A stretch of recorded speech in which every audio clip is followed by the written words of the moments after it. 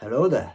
Welcome to this little random video I'm doing here on the channel. Welcome to the main channel. This is kind of a one-off. I want to see how this works.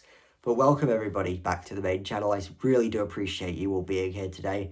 A bit of a longer video than my normal videos today, but I hope you will enjoy. Today we're going to be looking back on my time at Star Wars Celebration 2023.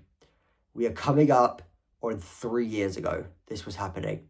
Took place in the ExCeL Centre in London, at the London Victoria Docks, and I loved this convention. As one of the biggest diehard Star Wars fans in history, I love Star Wars Celebration to death, and I really wanted to do Japan in 2025. That didn't happen. Did Australia and New Zealand at the end of the year. But, yeah, Star Wars Celebration 2023 in London was phenomenal. I attended it with my cousin. We only did the Sunday. Yeah, we only did the Sunday, which was the Obi-Wan Kenobi panel. But it was still absolute fun. I love Star Wars Celebration to bits. And yeah, Star Wars Celebration, in my opinion, is phenomenal. But let's just kind of go for a recap of the day from what I recall. So we got there really early. You obviously go through security around the side entrance, and then you're just in this massive hall. I'll kind of put a video here if I can of some of the clips that I took for the day. It was ridiculous. Like the amount of people in that hall. We got our badges, which I don't have with me. It's somewhere. I never got rid of it. But yeah, it was a phenomenal day. One of my best days ever. We were in that opening hall area where we were lining up, waiting for kind of, you know, the event to start for about an hour and a half. We were quite early.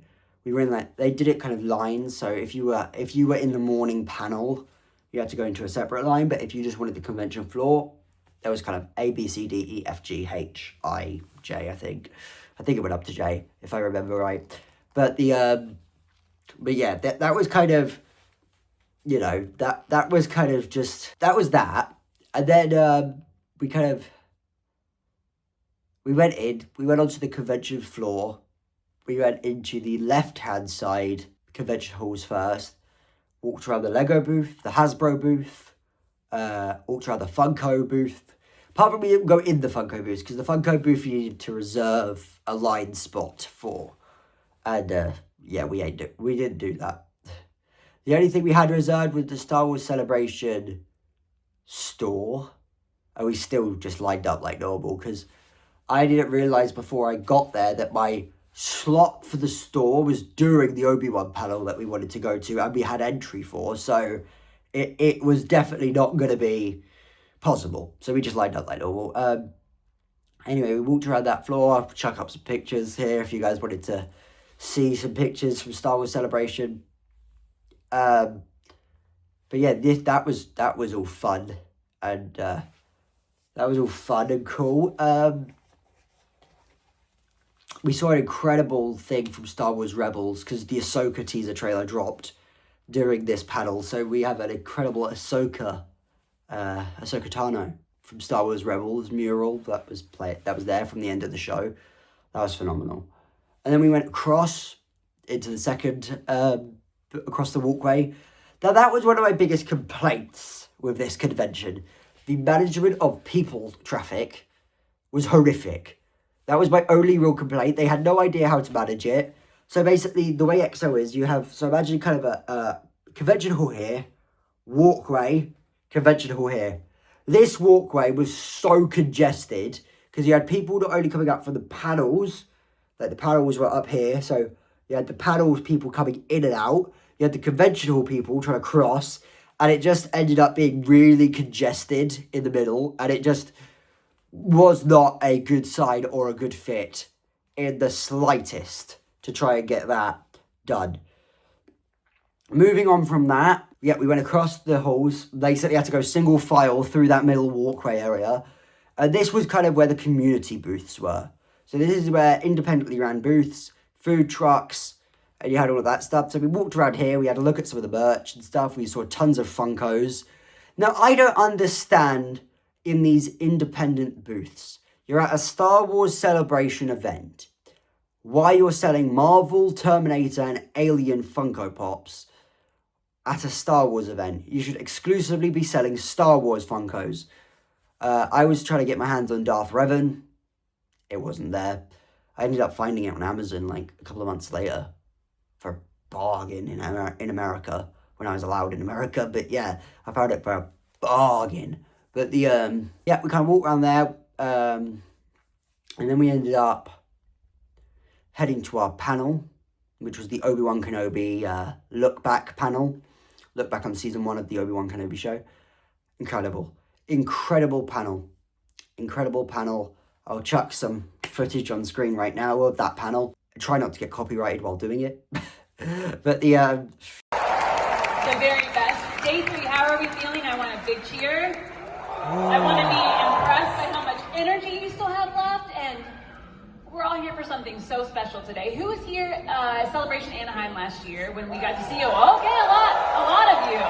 And that is, of course, where some of us got to see Obi-Wan Kenobi for the first time, and was a magical treat. No better place to do that than Celebration. And now, not even a year later, we get to look back at the show with some pretty awesome people. Are you ready to bring them out? Yeah! I thought you might be. Please give a very warm welcome to Deborah Chow.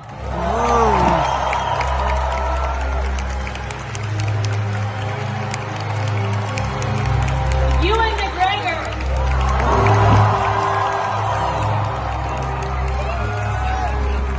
Vivian Lyra Blair.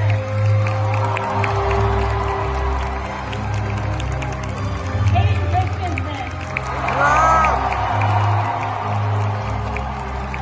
And Indira Varma.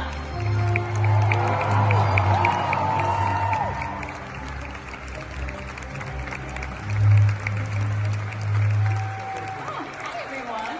Hi. But yeah, that was a absolutely incredible experience, an incredible panel, and it was one of the best. It was my first ever convention, and that panel was such a good, hard-hitting way to get into the day, to get into the panel, and it was just a really fun experience overall to kind of have that as my introduction to conventions. It was insane, the fact that was my introduction to the convention world. And it was just fun, to be honest with you. It was just a massive fun panel. Hayden Christensen, Indira Varma, Ewan McGregor, Vivian Lyra Blair. They were all there. It was incredible.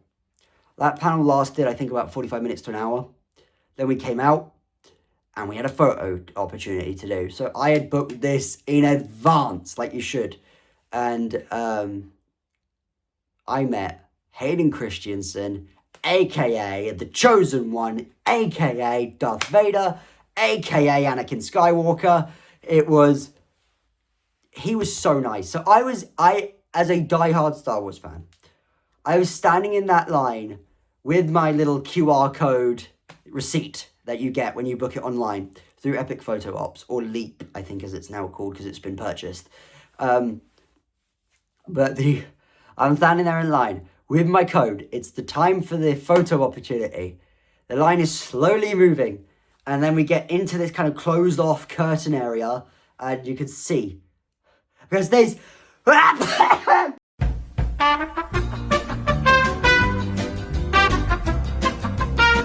but you can kind of see Hayden Christensen through the gaps of the curtains, and I am there, standing there, shaking to my core that this is the person I have watched on screen in my favourite Star Wars film, Revenge of the Sith, since I was very little. So the fact I'm now getting to stand in the room with him and not only meet him, but have a photo with him, to say I was buzzing would be a massive understatement. It would be a massive understatement to say I was I was shaking, quite frankly. It would be a massive understatement. But anyway, I took the photo with him, insert here, My cousin was with me, but I've kind of cropped him out. So in that version anyway, I cropped him out. It was a big photo.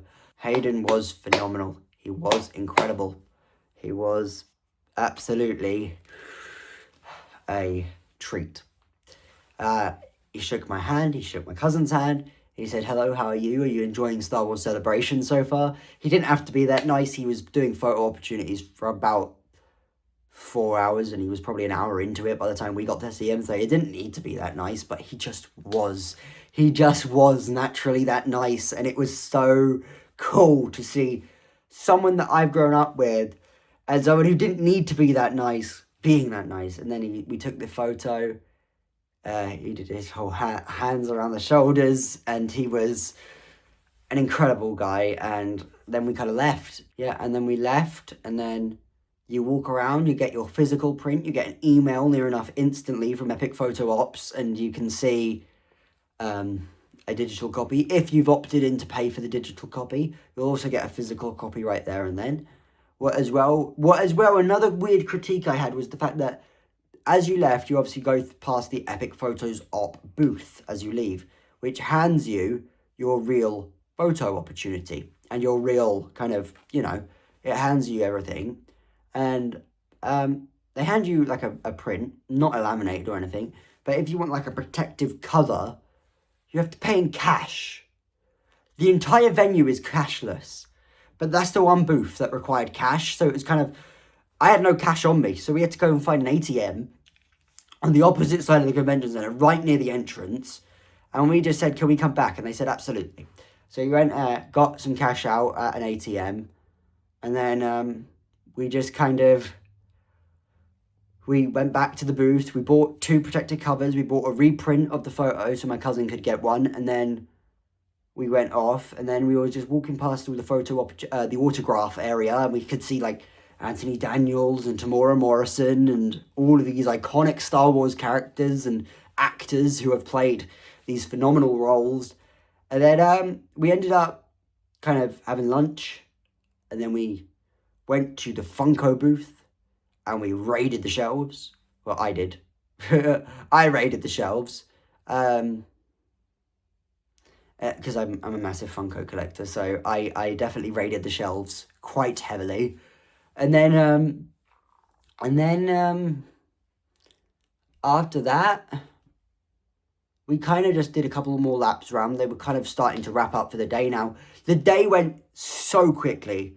I could not believe how quickly the day went. But yeah, that was it. We were kind of wrapping up, and then we left about 10 minutes before closing.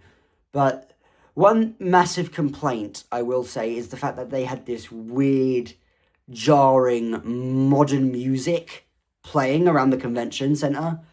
It's like, I've looked at the ones from America, in Orlando, in Anaheim, in Chicago, and they have Star Wars music playing. And I was like, why in London are we playing this hip-hop dance music? Why aren't we playing, the Force theme or the Cantina Band or, something in the universe? I don't understand why they were doing it like that.